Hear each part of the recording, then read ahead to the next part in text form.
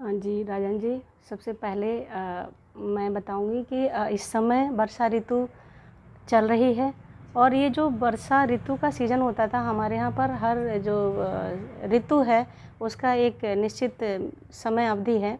कम से कम 4 महीने तक ये वर्षा ऋतु चलती थी और इसको हम चतुर्मास के नाम से जानते हैं। हमारे साहित्यों में भी इसके बहुत ज़्यादा वर्णन हम पढ़ने को हमें मिलता है और जो हमारे साधु सन्यासी अपना जो भ्रमण करते थे, ख़ास करके हमारे जो जैन धर्मावलंबी जो भी साधु संत थे और हमारे अपने भी साधु सन्यासी जो कि भ्रमण किया करते थे पूरे देश विदेश में, पूरे भारतवर्ष में इधर उधर, वो भी अपना चतुर्मास मनाने के लिए एक जगह रुक जाया करते थे। कारण था कि वर्षा उस समय बहुत ज़्यादा हुआ करती थी और क्षेत्र बिल्कुल दलदल रूप में परिवर्तित हो जाता था, जिसमें कि पार नदी नाले उफनते थे, पुलों की इतनी ज़्यादा व्यवस्था नहीं थी। तो ये चतुर्मास बड़ा दुरूह होता था और हमारे राणा समाज के लोग क्योंकि ग्रामीण क्षेत्र में बसते थे, सड़कें नहीं थी, दलदली रास्ते हो जाते थे, धंस जाते थे। लोग अगर बाज़ार जाना चाहें, कस्बे में जाना चाहें तो पूरे चतुर्मास के लिए भोजन सामग्री, अपनी आवश्यकता की सब चीज़ें इकट्ठी कर लिया करते थे। और ये जो चतुर्मास था वो अपना, जैसे हमारे साधु सन्यासी एक जगह रह करके अपना जो है ध्यान लगाते थे, तपस्या करते थे और बहुत ही क्रिएटिव चीज़ों में अपना समय जो है व्यतीत करना मैं नहीं कहूँगी, अपने समय को इन्वेस्ट किया करते थे, अपने समय का सदुपयोग किया करते थे। ऐसे ही हमारे राणा समाज में भी विभिन्न तरह की एक्टिविटी इस चतुर्मास में चलती थी और वो समाज के बहुत सारे क्रियाकलापों से ये जाहिर होता है कि वो किस किस चीज़ों पे महत्व देते थे और क्या क्या जो तीज त्यौहार मनाए जाते थे उनका हमारे जो मनाने से क्या संबंध था, कि हम लोग उसको क्यों मनाते थे, उसका क्या महत्व था। जैसे आप अभी आषाढ़ का महीना चल रहा है, आषाढ़ी मनाई जाती है। आषाढ़ी मनाई जाती है, आषाढ़ का महीना चल रहा है और ये कालिदास जी ने भी बहुत इसका वर्णन किया है। एक दिन आषाढ़ का, ऐसे करके कुछ उपन्यास भी किसी ने लिखा है और पूरा वर्षा ऋतु का बहुत सुंदर वर्णन, चारों तरफ हरियाली, चारों तरफ जो है तरु पौधे, पेड़ पौधे खुशी से झूमते हुए, हरियाली ही हरियाली, रंग बिरंगी धरती फूलों से लदी हुई। और हमारे लोग क्योंकि इधर उधर जा नहीं सकते थे, हमारे क्या पूरे समाज में ही यही स्थिति थी कि इधर उधर जाना वर्जित तो नहीं था लेकिन दुरूह बहुत था। तो लोग बाग आपस में ही तीज त्यौहार मनाते थे, अपना आध्यात्मिक विकास करते थे, अपना जो शारीरिक विकास करते थे, मानसिक विकास करते थे। लोग किसी तरह से कुंठित ना हो जाएं, उनको क्रिएटिविटी प्रदान करने के लिए हमेशा ही रचनात्मक कार्यों में लगाए रहते थे। शुरुआत होती थी हमारे यहाँ आषाढ़ में पूजा करने से। वर्षा ऋतु का स्वागत बहुत धूमधाम से हम लोग किसान को ही, किसानी, खेती किसानी, फार्मिंग को ही मेन अपना व्यवसाय के रूप में हमने चुना। तो जब वर्षा ऋतु आती थी तो खुशी से हम लोग झूम उठते थे और हमेशा ही भगवान की, इंद्रदेव की पूजा करके हम शुरू करते थे। हमारे यहाँ आषाढ़ के उजियारी पक्ष में, उजाले पक्ष में शुरू हो जाती है तृतीया से, द्वितीया से, जैसे जैसे जिसकी सुविधा हो। पूरे जो द्वितीय पक्ष है आषाढ़ मास का, दूसरा पखवाड़ा बोलते हैं, उसमें ये आषाढ़ी निरंतर रूप से घर घर मनाई जाती है। देव पूजन किया जाता है, अंदर घर के अंदर जो देवताओं की स्थापना होती है, घर के बाहर जो पूरे घर की सुरक्षा के लिए द्वारपाल के रूप में हमारे नगरियाई दुर्गा माता की, भवानी की स्थापना होती है, नाग देवता की स्थापना होती है, क्योंकि सांप इस समय बहुत ज़्यादा एक्टिव होते हैं वर्षा ऋतु में, तो उनको भी हम मनाते थे, उनकी भी हम पूजा करते थे। नाग पंचमी हुआ करती थी और पूरे नाग पंचमी वाले दिन लोग पूरा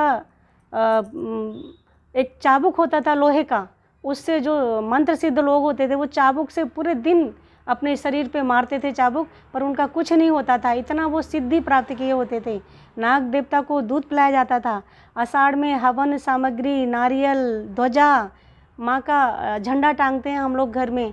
आज भी हमारे एक कुटुंब के यहाँ पर आषाढ़ी मनाई जा रही है और मैं इस वीडियो ख़त्म करने के बाद में मैं वहाँ पर जाऊँगी, मेरा बुलावा है खाने पीने के लिए।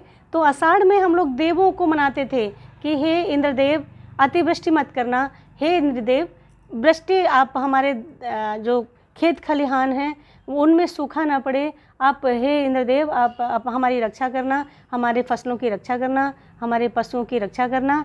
ऐसे करके हम लोग आषाढ़ मास में लगातार पूजा पाठ किया करते थे। जी मैम, तीज के बारे में भी कुछ बताइए, हम त्योहारों की बात जी कर रहे हैं, तीज के बारे में भी जी मैंने बताया ना कि निरंतर चतुर्मास में लोगों को ऐसा नहीं है कि कोई कुंठित हो जाए, स्मैक पीने लगे, चरस पीने लगे और लोगों के पास करने के लिए कुछ नहीं है।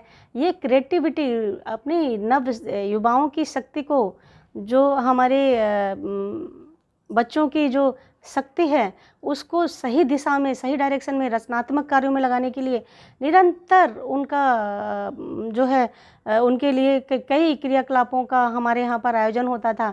तीज, सावन में कजरी तीज लोग बोलते हैं, हमारे यहाँ भी वो तीज मनाई जाती थी। अपने कुटुंबियों की, भाई बहनों की, परिवार की सुरक्षा के लिए, रक्षा के लिए जो एक तरह से दुआएं की जाती थी, वरदान मांगा जाता था। तीज के दिन हम पहले ही तीज की इतनी धूमधाम से तैयारी होती थी कि लोग तीज की बाजार करते थे। पहले हाट लगती थी सर, नानंगमता क्षेत्र और सितारगंज क्षेत्र में बृहस्पतिवार को और रविवार को, और खटीमा क्षेत्र में शुक्रवार और मंगलवार को हाट का आयोजन होता था।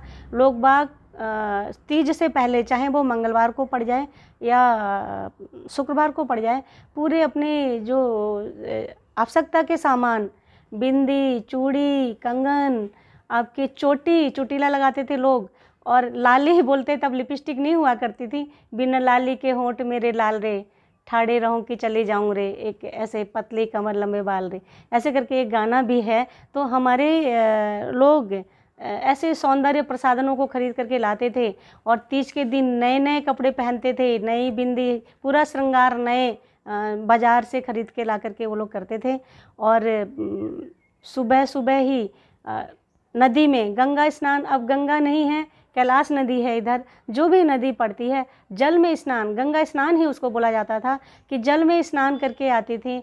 और वहाँ पर जो एक कांस, मैं अभी दिखा सकती थी, एक कांस, इस तरीके से कांस होता था, उस कांस में जो कुश का वर्णन आता है, वाल्मीकि जी ने लब का प्रतिरूप, क्लोन कुश को बनाया, तो वो कुश का इतना महत्व था। उस कुश में हम लोग झूड़ा बांधना कहते हैं, झुंगी बांधना कहते हैं, गांठ बांध देते थे नदी में जा कर के, और उस गांठ बांध करके मन्नत मांगते थे। आप देखेंगे तीर्थ स्थानों में जगह जगह लोग गांठ बांध करके आते हैं कि ये गांठ मैं तब खोलूँगी जब मेरी मन्नत पूरी होगी। तो उसी समय गांठ बांध करके मन्नत मांगी जाती थी अपने परिवारीजनों की सुरक्षा के लिए। वो तीज इतने धूमधाम से सावन के महीने में मनाई जाती थी, और अभी भी मनाई जाती है। उतना धूमधाम से नहीं मनाते, पर वो तीज अभी भी मनाते हैं। हाथों में मेहंदी रचाई जाती थी, और वो मेहंदी का पौधा सर घर घर होता था। इतना महत्वपूर्ण वो मेहंदी है, हमारे तापमान को सामान्य बनाने के लिए वो मेहंदी पूरे हाथ में लगा करके तीज के दिन गाने गाए जाते थे ढोलक की थाप पे, प्रधान के, मुखिया के घर पे, और पूरा गांव एक साथ एकजुट होकर के वहाँ संगीत किया करते थे। जहाँ देवियों की वंदना होती थी, सरस्वती वंदना है, माँ भवानी की वंदना है, भगवान राम की वंदना है, मतलब पूरे जो देर रात्रि तक ये कार्यक्रम चलता था। और पुए, गुलगुले, पूड़ी, लपसी, ये सब पकवान बना करके, जलेबी इतनी मात्रा में तोड़ी जाती थी कुंटलों से, जिसको हम कह सकते हैं बैना देना कहते हैं हम लोग, यानी बैना यानी हिस्सा। कुटुंबियों को आपस में, जो गांव के लोगों को, उनको थाली भर भर जलेबी, डलिया भर भर जलेबी उनके हिस्से के रूप में पहुंचाई जाती थी। मनु जी ने ये मनुस्मृति में कहा है कि अपने जो भी कुछ आपके पास असट है, जो भी आपके पास आस्तियाँ हैं, जो भी आपकी इनकम है, जो भी आपके स्रोत हैं, उनका 10वां भाग आप ज़रूर दूसरे के लिए रखें, दान स्वरूप दें। तो वो 10वां भाग हमारे यहाँ पर घर घर जलेबी मिठाई के रूप में पहुँचाई जाती थी। और इस तरीके से ये जो पूड़ी और जो पुए बोलते हैं, गुलगुला, वो सब आपस में वितरित किए जाते थे, घर घर पहुंचाए जाते थे। बड़ी ही सामुदायिक भावना से हम लोग हर त्यौहार को मनाते थे, बड़ा सामाजिक समरसता थी। जी मैम, हन्ना नृत्य हमारे यहाँ होता है, हमने बड़े बुजुर्गों के मुंह से सुना है जी, इसके बारे में हमें कुछ बताइए। जी, मैं हन्ना के साथ झिंझी को भी लूँगी राजन जी, क्योंकि दोनों साथ में खेले जाते थे। दोनों साथ ही साथ चलते थे। ये भी सावन और भाद्रपद महीने के पास में, उस समय जो हम लोग भुट्टा बोलते हैं, मक्का देर से उगाई जाती थी। और अब तो लोग पहले गर्मी में ही बो देते हैं, लेकिन सावन और भादों के बीच में मक्का खाने लायक होती थी। बहुत मिठास उसमें होती थी मक्का के दाने में। और मक्का भून करके घर घर खाई जाती थी। लोग मेहमान इतने आ जाते थे, बुआ ताई के घर से, चाची के घर से, जो घर की कन्याएं हैं जिनकी शादियां हो गई हैं, वो सब जुटते थे और मक्का दिन भर कंडे और लकड़ी की आग में भून करके लोग खाते थे। उसी समय जब मक्का पकने को होती थी, मक्का पक जाती थी, तो हमारे यहाँ पर हन्ना और तीज, ये दो नृत्य हुआ करते थे। झिंझी कन्याएं खेलती थी, कुछ महिलाएं भी जो थोड़ी सी नव युवतियाँ होती थी, लेडीज़ ज़्यादातर नहीं जाती थी, जो कन्याएं हैं और जो तुरंत उनकी जिनकी शादी हुई है, हाँ, नवविवाहिता ही, मतलब यंग एज की जो हमारी युवतियाँ थीं, वो घर घर जा कर के झिंझी नृत्य करती थी। झिंझी इतना बढ़िया बनाया जाता था, एक ज़्यादा संकरे मुँह की नहीं, हांडी उसको लेते थे और उसमें हांडी के आसपास लाइन से पंक्तिवार 3-4 पंक्तियों में बर्मा बोलते हैं, छेद किया जाता था और इसके अंदर दीपक रखा जाता था, सरवा बोलते हैं, दीपक जला करके रखा जाता था। और जो दीपक और वो हांडी, उसमें दीपक रख करके एक बच्ची या कन्या बीच में खड़ी होगी, उसके चारों तरफ और युवतियाँ खड़ी होंगी और वो गाना गाएंगी, नृत्य करेंगी, आसपास गोलार्ध में घूम करके गाना गाएंगी। घर घर जा कर के उनको चावल, उनको कोई भी अन्न, ज़्यादातर मक्का और चावल दिया जाता था। आशीष मांगने जब वो जाते थे तो उनको मक्का और चावल दान में दिया जाता था।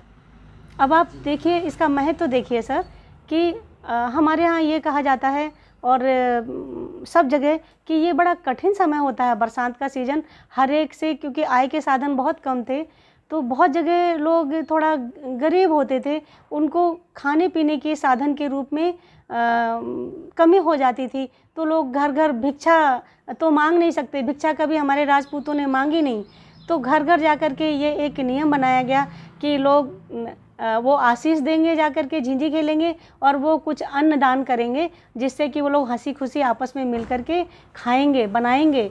तो एक ये परिपाटी चलाई सामाजिक भावना से, और वो देवी देवताओं के गाना गाते थे और झिंझी के बारे में बोलते हैं। मैं थोड़ा सा गा के सुनाऊंगी। मेरी झिंझी को नाओ मन की यारी, माना जुरई ना ले, मेरी झिंझी को नाओ मन की यारी, माना जुरई ना ले, मेरी बत्ती को नाओ लंबड़ेरी। ऐसे करके गाना गाते थे, हर एक उसका नामकरण करते थे कि जो झिंझी है इसका नाम मनकिया है, ये जो हमने बत्ती जलाई है इसका नाम लंबड़ है ना, मेरे सरबा को नाओ सटकुआरी, माना जुरई ना ले। मतलब माना एक लोहे का बर्तन होता था, यानी उतना बड़ा बर्तन भर के आप दान देंगे, ऐसा कुछ इंडिकेट होता था कि ये जो हम ये लेकर के हम खेल रहे हैं आपके घर, देखो कितना कुछ हमने रखा है, ये इतना दान आपको देना है, ऐसा इशारा वो करते थे कि एक माना जुरई ना ले, माना जोड़ करके ही हम लेंगे, उतना एक बर्तन है, पात्र है। हमारे यहाँ माना से ही नाप करके पहले खाना बनाया जाता था, तो वो माना भर के उनको दान दिया जाता था अन्न का। और ऐसे ही हन्ना सर, हन्ना आप देखें, हन्ना है हिरण शब्द से बना है। हिरण, जो हिरण क्या है, कुलाचे भरता है, खास करके बरसात में बहुत ज़्यादा वो कूदता फांदता है जंगलों में, तो बिल्कुल उसी तर्ज पे जो हन्ना डांस, यानी हन्ना नृत्य, हिरणा से बना, हिरण से बना हन्ना नृत्य किया जाता था। लोग दौड़ते दौड़ते पीछे कुछ वो रंग बिरंगा या मक्के के छिलके का एक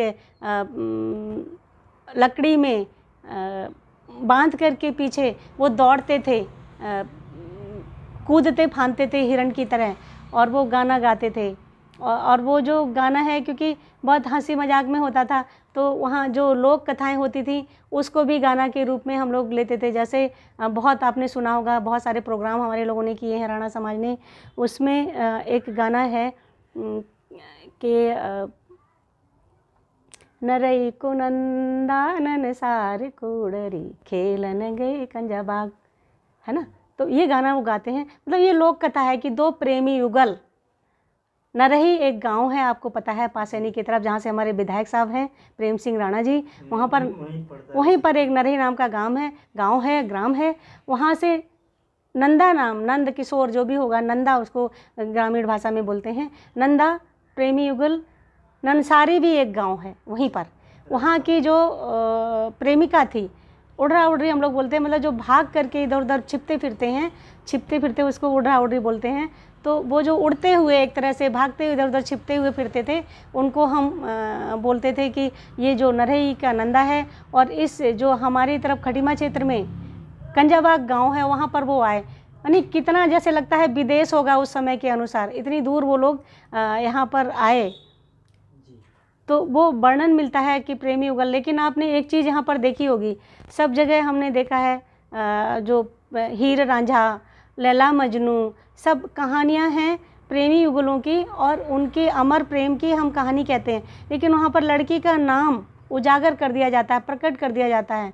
आज के संविधान में ये कहा गया है कि अगर थोड़ा इस तरह की कोई इतर घटनाएं होती हैं जो सामाजिक रूप से स्वीकृत नहीं होती, भले ही वो प्रेम कहानी के रूप में बाद में प्रसिद्धि प्राप्त कर लें, लेकिन समाज उसको कभी भी स्वीकृति नहीं देता, उसको अच्छी निगाह से नहीं देखता, तो ऐसे में लड़की की बदनामी होती है। देखिए, लड़की का नाम इसमें कहीं नहीं आया। हमारे समाज कितना उन्नत था कि उसने लड़की की इज्जत को फिर भी बचाए रखा कि लड़की का नाम इसमें नहीं आना है। ननसारी की उड़ बोल दिया, ननसार के गांव की एक लड़की थी, ऐसा नहीं कहा। नरही का नंदा तो लिया, लेकिन ननसारी की लड़की के बारे में उन्होंने बताया वो कौन थी। तो इस तरीके से बड़ा ही अच्छे तरीके से हमारे समाज सभ्य तरीके से सब चीज़ों को दर्शाते थे। प्रेम कहानियों के बारे में बताया है तो इस तरीके से। वो हन्ना बरसात में थोड़ी सा शारीरिक विकास हो, कूद फांद हो, बच्चे कूदे फांदे, ऐसे नृत्य का आयोजन किया गया हन्ना के रूप में। जी, स्वांग और नाटक भी आज से कुछ वर्षों पूर्व किया जाता था जी। इनके बारे में कुछ बताइए। आप बताइए राजन जी, क्या उस समय हमारे पास रेडियो था, उस समय हमारे पास क्या टेलीविज़न था, उस समय हमारे पास मोबाइल था, नेट था, कुछ भी नहीं था, है ना। तो जो नेटवर्किंग थी वो क्या थी कि हम फिजिकल रूप से, सामुदायिक रूप से इकट्ठे हों, वही नेटवर्किंग ग्रुप का एक नेटवर्किंग था, एक ग्रुप कंपोज किया जाता था। तो वो जो लोगों को बोरियत ना हो, भाई एक जगह बैठे हैं, चतुर्मास है, कहीं जा नहीं पा रहे हैं, बाज़ार नहीं देख पा रहे हैं, बाहर की आओ हवा नहीं ले पा रहे हैं, दूर देश नहीं जा पा रहे हैं, तो क्या होगा, आपस में मिल कर के कुछ ऐसा आयोजन करेंगे, है ना। तो ये जो लोग बागों को एक बोरियत ना हो जाए, उनको थोड़ा सा जीवन में उमंग आ जाए, तो ऐसे ही हंसी के लिए, लोगों को मनोरंजन करने के लिए स्वांग शब्द से अपने आप में स्पष्ट होता है कि किसी की हम नकल कर रहे हैं। कहते हैं आज भी ज़्यादा कोई इसकी उसकी नकल करे तो स्वांग मत करे, ऐसे बोलते हैं। तो स्वांगी, ज़्यादा स्वांगी मत बन, मतलब कभी तो अच्छा लगता है, हंसी मजाक हमेशा अच्छी नहीं लगती। तो जब कोई टाइम बे टाइम कुछ मजाक के ठट्ठा इस तरह की बातें करने लगता है तो उसको बुरी नज़र से उसको हटक देते हैं हम लोग कि हटो, आप ऐसे स्वांग मत करो। तो स्वांग हंसाने के लिए लोग नकल करते थे, कभी बूढ़ी औरत का नकल कर रहे हैं, कभी किसी लेडीज़ की नकल कर रहे हैं, किसी जेंट्स की नकल कर रहे हैं, और उसमें हम लोग बुलाते थे कि हाँ रे बिस्सी आबे तो आए कोई ना जाए, बिलांद भरे कौन नगरी। तो वो दूर देश से कुछ लोग अपनी रोजी रोटी के खोज में हमारे प्रदेश में पधारे हैं, उनसे लोग बोलते हैं तो वो बड़ी बड़ी बात मारता है हमारे लोगों के सामने कि मैं तो भैया ये जानता हूँ, मैं तो वो जानता हूँ, ऐसा स्वांग में दिखाते हैं। भिस्सी से पूछते हैं, ऐसे ही मतलब बुरा शब्द मत मानिएगा, वो बिल्कुल एग्जैक्टली यही शब्द बोलते हैं, हाँ रे भंगी आवे तो आए कोई ना जाए। स्वांग के स्टार्टिंग में ऐसे ही शब्द इस्तेमाल करते हैं। तो उसे पूछते हैं कि भाई जो आप स्वीपर हो, मेहतर हो, भाई आप क्या काम करते हो। तो वो कहता है भैया मैं तो दूर देश से आया हूँ और मैं ये काम सफाई करता हूँ, मैं गंदगी साफ करता हूँ, मैं ये भी करता हूँ, अरे मैं सब कर लेता हूँ, मेरे तो बड़े बड़े राजा महाराजाओं के यहाँ पूँछ है। ऐसे वो अपनी बड़ी बड़ी बात मारता है। और ऐसे ही भिस्सी बोलता है, हमारे यहाँ पर बड़े फलदार बगीचे लगाए जाते थे, बड़ा कठिन होता था, घड़े से लोग सींचते थे, कुएं से पानी निकाल करके सींचते थे। तो वो भिस्सी नहीं पानी सींचने वाला जब वहाँ पर आता है तो बड़ा उसका स्वागत होता है कि भैया बता तो हमारे बगीचा सींच लेगा। तो कहता है अरे कितनी जगह है? तो बोलेंगे अरे ऐसे ही है, 1 एकड़ में है, 1 एकड़ में लगाई है, सींच लेगा। तो बड़ी बड़ी बात मारता है, अरे भैया कहाँ की बात कर रहे हो, मैं तो पूरे गांव के बगीचे सींच दूंगा। तो इस तरीके से लोग हंसते हैं कि अरे कैसी बड़ी बड़ी बात मार रहा है। फिर कहते हैं अरे दादी तू आज कहाँ जा रही है, कहाँ तू चमक दमक दिखाने जा रही है। ऐसे ऐसे कुछ मजाकिया ऐसे सीन क्रिएट किए जाते हैं, उसको हम स्वांग कहते हैं, लोगों को हंसाने के लिए। जी, बड़े बुजुर्ग हमारे आला उदल की कहानी सुनते थे जी, या कोई सुनाने वाला होता था उससे? हाँ, मैं राजन जी थोड़ा सा आपने एक क्वेश्चन पूछा था, मैं उसको मैं छोड़ आई हूँ पीछे। नाटक आपने बोला, नौटंकी हम लोग बोलते थे, तो नाटक भी खेले जाते थे हमारे यहाँ पर। गांव-गांव में नाटक का आयोजन होता था और लोग बड़े चाव से देखते थे। राजा हरिश्चंद्र की जो कथा लोग प्रस्तुत करते थे नाटक में कि कैसे वो डोम राजा के यहाँ पर नौकर रहे हरिश्चंद्र जी, कैसे उनके बेटे को रोहित को नाग ने डस लिया, कैसे उनकी महारानी जो है वो एक एक पाई के लिए मोहताज हुई, कैसे वो डोम राजा को टैक्स नहीं दे पा रही थी। बनारस के जो घाट पे बच्चे का अंतिम संस्कार करने के लिए गई, इतनी विपन्नता की स्थिति में थी और महाराज हरिश्चंद्र ही नौकर थे डोम राजा के, वही उनसे टैक्स मांग रहे थे। कितना पैथेटिक सीन था। तो ये क्योंकि हम लोग रघुवंश के ही हैं, क्षत्रिय समाज के सूर्यवंशी ही हैं, तो हम उन कहानियों को निरंतर अपने नाटकों में दर्शाते थे। श्रवण कुमार जी की कहानी सुनाते थे, कैसे उन्होंने अपने माता पिता को तीर्थ ले गए, मतलब सारी नैतिक शिक्षा नाटकों के द्वारा दी जाती थी। भरत मुनि जी ने इस नाटक जो प्रथा है इसका रसों के बारे में जो उन्होंने वर्णन किया, नाटक प्रथा के उन्होंने शुरुआत की, उस प्रथा को हमारे यहाँ बखूबी पीढ़ी दर पीढ़ी निभाते रहे और लोगों को नैतिक शिक्षा देते रहे इन नैतिक कथाओं के बारे में विस्तार पूर्वक। और कभी कभी रोमांस से भरपूर कहानियाँ भी दिखाई जाती थी, लैला मजनू की दास्तान दिखाई जाती थी, क्योंकि नवयुवकों को बड़ा रस आता था उन सबको रोमांस की बातों को सुनने में। तो वो लैला मजनू, हीर रांझा, ये सब की कहानियाँ बड़े अच्छे से पूरी रात में होता था सर, पूरी रात। आप कभी आपने देखा होगा शादियों में हमारे यहाँ पर पहले जब बिजली नहीं हुआ करती थी तो हम लोग जस्ती बोलते थे, जस्ती या दस्ती ऐसे कुछ बोलते थे। पूरे बड़े बड़े लैंप, इतने बड़े बड़े लैंप, और उसमें शीशा लगा होता था और वो जला करके पूरा नाटक का आयोजन होता था, उजाला किया जाता था, रात भर नाटक चलते थे और रात भर लोग बड़े चाव से उसको देखते थे। मनोरंजन के यही कुछ साधन हमारे पास थे। आपने आला उदल की बात शुरू की है ऐसी, तो आला के बारे में मैं ये कहूँगी कि बरसात में, चतुर्मास में हमारे यहाँ पर, हमारे राणा समाज में, गांव-गांव, चौपाल में, घर घर आला उदल की वीरता की कहानियाँ सुनाई जाती थी। पूरे बरसात भर ये सिलसिला चलता था, बड़े वीरता पूर्वक इनके गवैये होते थे। इस आला उदल की कथा को हर कोई प्रस्तुत नहीं कर सकता था जनता के बीच में। वीर रस लोगों के बीच में संचार होना चाहिए मन में। वो वीरता से भरी बात को, कहानी को कहने के लिए बहुत व्यक्ति के अंदर कला होनी चाहिए। वो कलाकार आते थे गांव-गांव में उस कथा को कहने के लिए। जैसे आला के बारे में, उदल जी के बारे में ये कहा जाता है, बड़े लड़ैया आला उदल, जिनकी मार सही ना जाए, एक को मारा दुई मर जाए, तीजो खौफ खाए मर जाए। ऐसी कहानी सुनाई जाती थी आला की। कई बार ये भी कहा जाता है, महोबावासी बड़े लड़ैया, जिनकी मार कहीं सही ना जाए, एक को मारा दुई मर जाए, तीसरो दहशत खाए मर जाए। तो इतनी मतलब वीरता पूर्वक कहानी लोग सुनाते थे, घर घर सुनाते थे।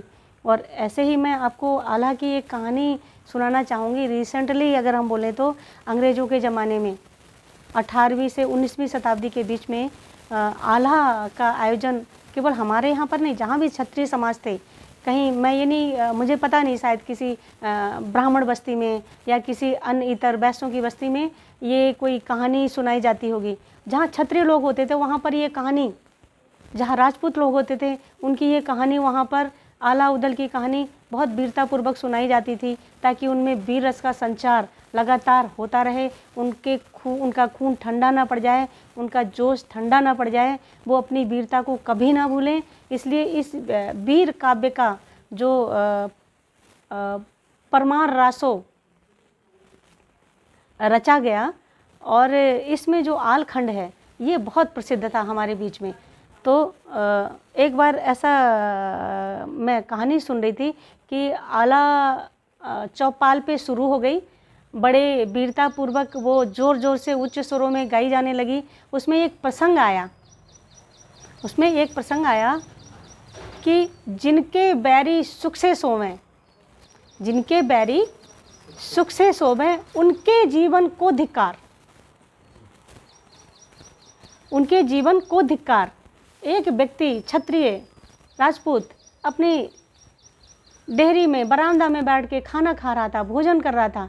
उस पंक्ति को जब उन्होंने सुना तो उनको इतना जोश आ गया कि वो खाना छोड़ करके उठे और अब जिनसे भी उनकी शत्रुता थी उनको वो मार करके, उनका गला काट करके, मैं नहीं कहती कि हम आज ये कहें कि आप जाओ किसी का गला काटो, पर ये वीरता, इतनी वीर रस का संचार हो गया कि वो जा कर के अपने शत्रु से बदला लेकर के उनकी गर्दन काट करके आ करके अपने घर में फिर भोजन करने लगे। तो उनको सजा हुई और अंग्रेज, क्योंकि उस समय अंग्रेज़ों का शासन था, अंग्रेज़ों को बड़ा अचंभा हुआ जब उन्होंने उसके बारे में सुनवाई की। जज ने जब सुनवाई की कि भाई ऐसा क्या हुआ कि तुम शांतिपूर्वक घर में भोजन कर रहे थे और अचानक उठ के गए और एक व्यक्ति को उसका मर्डर करके, उसकी हत्या करके तुम आ गए। तो उन्होंने बोला अरे मेरा तो इसमें कोई दोष नहीं है, जो दोष है वो आला का है, उदल का है। बोला वो कैसे, वो तो अब हैं भी नहीं, तुमको कैसे आला उदल दोषी कैसे हो गए इसमें, तुमको कैसे हम ये दलील दे सकते हैं कि इसके लिए दोषी आला उदल हैं। तो उन्होंने कहा कि देखो आला की कहानी शुरू हो गई थी, उसमें जो वीरता की जो पंक्ति आई कि जिनके बैरी सुख से सोवें, मुझे इतना जोश आया, इतना वीरस का मेरे अंदर संचार हुआ, मेरा खून खौल उठा, मैंने जाकर के अपना बदला अपने शत्रु से ले लिया। तो ये जो आला की तो अंग्रेज़ों ने क्या किया कि उनको एक युक्ति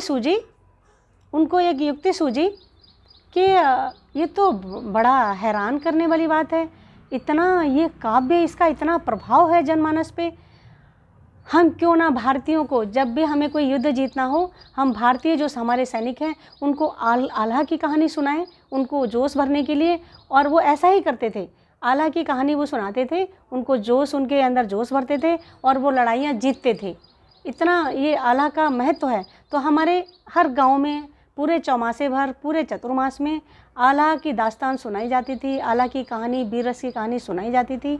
और मैं यहीं पर बार बार मैंने कहा कि राजन जी, अगर हम लोग क्षत्रिय नहीं होते, लोग बार बार उंगली उठाते हैं, मैं बार बार उसका जवाब देती हूँ हर बार कि अगर हम क्षत्रिय नहीं होते, अगर हम राजपूत राणा नहीं होते, हमें क्या ज़रूरत थी इस कहानी को सुनने के लिए। हमारे लोगों ने क्यों इस कहानी को लगातार पीढ़ियों से इस कहानी को सुनते आए, क्योंकि क्षत्रिय थे, अपने बच्चों को वीर रस से ओतप्रोत करना चाहते थे। और अब आला नहीं पढ़ी जाती है, वो किताब अब हमारे बीच में नहीं है, शायद ही किसी घर में हो। हमारे लोग विरोध नहीं करते किसी चीज़ का, तटस्थ रहना अपनी सुरक्षा समझते हैं। तटस्थ व्यक्ति कभी सुरक्षित नहीं रहता। फॉर द टाइम बिंग, सिर काटे सिर राखे सिर जात है, सिर काटे सिर होए, ऐसा एक पंक्ति किसी कवि ने कहा है कि जब आप अपने सिर को हमेशा बचाते हुए, सिर झुकाते हुए चलेंगे तो वो सिर चला जाएगा, लोग बाग उसकी परवाह नहीं करेंगे। सिर ऊंचा उठाना है तो सिर कटाना सीखो, सिर की शान रखनी है तो मौका आने पे, समय आने पे उसका बलिदान करना सीखो। ऐसा हमारे लोग सिखाते थे आला उदल की तरह।